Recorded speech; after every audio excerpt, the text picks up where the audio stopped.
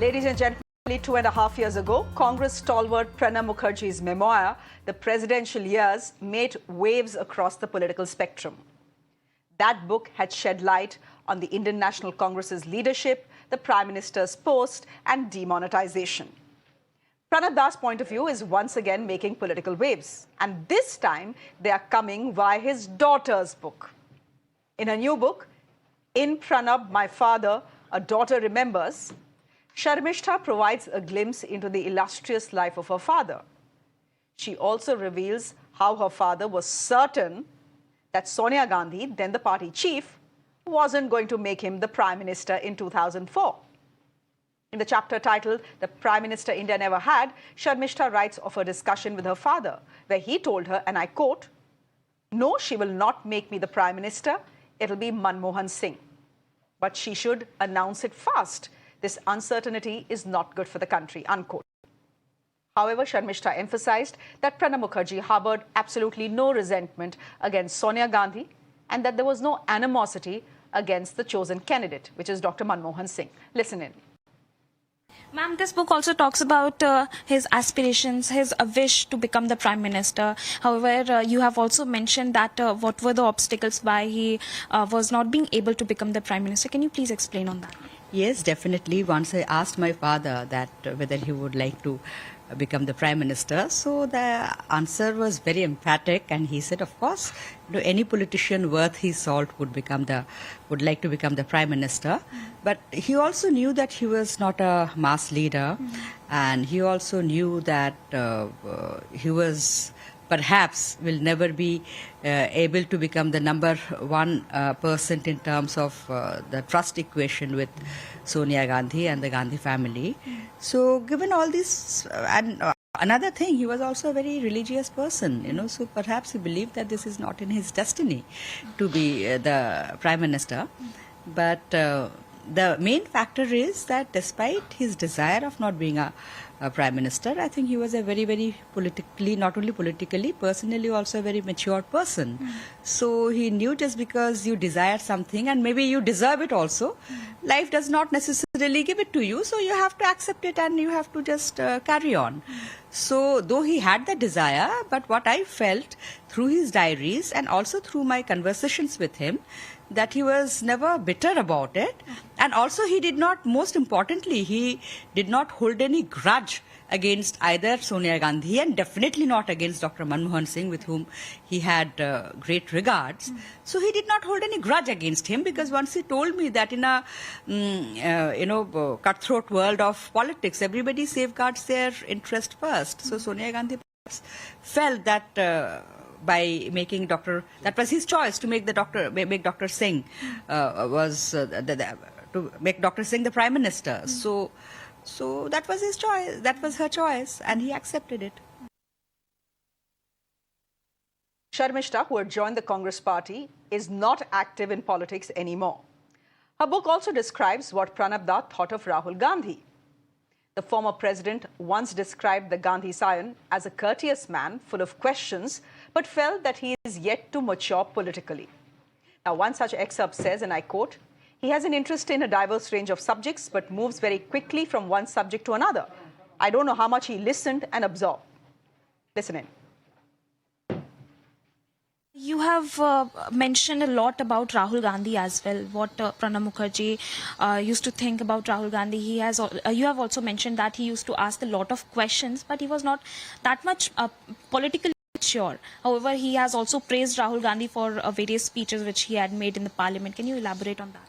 So, yeah, he felt that Rahul was yet to mature politically. He praised Rahul as very, very courteous, full of questions.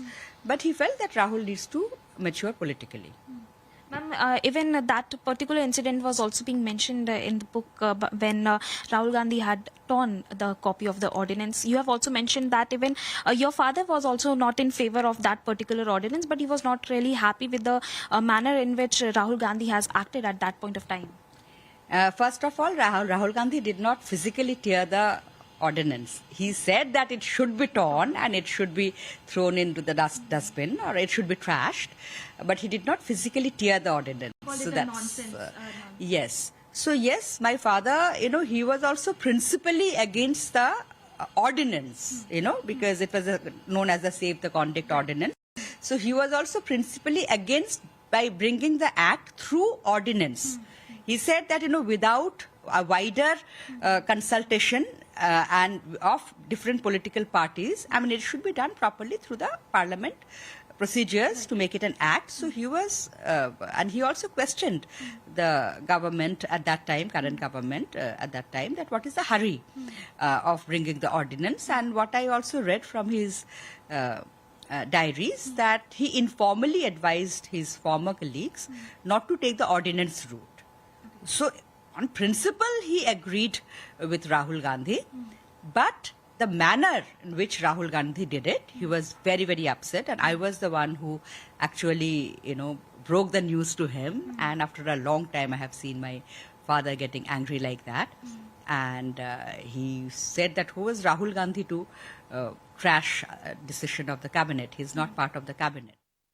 Ma'am, I would also like to mention the cover of this book. You have written an incident regarding Rahul Gandhi, and that particular line which is being mentioned here is how do they hope to run the PMO one day, which he was saying about the office of Rahul Gandhi. Can you please explain this incident? Yes, this is a bit of a funny incident actually. Once during his presidency, once Rahul Gandhi came to meet my father in the morning, early, around 8ish in the morning. And so as it transpired that he was supposed to meet him in the evening, but Rahul's office had misinformed him that the meeting was in the morning. So I came to know about it from one of the ADCs. So of course Baba met him and everything, but I came to know about this from one of the ADCs, and when I asked my father, so he very sarcastically he was not really amused, because he was a very particular man, so he very sarcastically commented that if Rahul's office can't differentiate between the AM and the PM, how do they hope to run the PMO one day? Now, Pranab, according to the book, also felt that Rahul Gandhi lacked charisma. He also thought that Prime Minister Modi was the only Prime Minister after Indira Gandhi to feel the people's pulse. Pranab and Prime Minister Modi, as you know, had famously gotten along pretty well despite belonging to opposing ideologies. He has also mentioned that it is a Prime Minister Narendra Modi who knows very well how to touch the sentiments of the people of the country. Yes, of course. This is something, he not only wrote in his diaries, he told me many times that after Indira Gandhi, he felt that Narendra Modi is one Prime Minister who could really feel the pulse of the people. He wrote it and he told me also in this exact words that after Indira Gandhi is one Prime Minister I have seen that who can really feel the pulse of the people. And he really understands, politics, and he took it as a very positive quality, a very positive quality in a politician, and he mentioned it several times to me. Now, remember, Mr. Mukherjee had served as India's finance minister and then eventually took on other portfolios such as external affairs, the defense ministry, the external affairs ministry, the commerce ministry as well. He was also India's 13th president from 2012 to 2017. He died on August 31st, 2020 at the age of 84.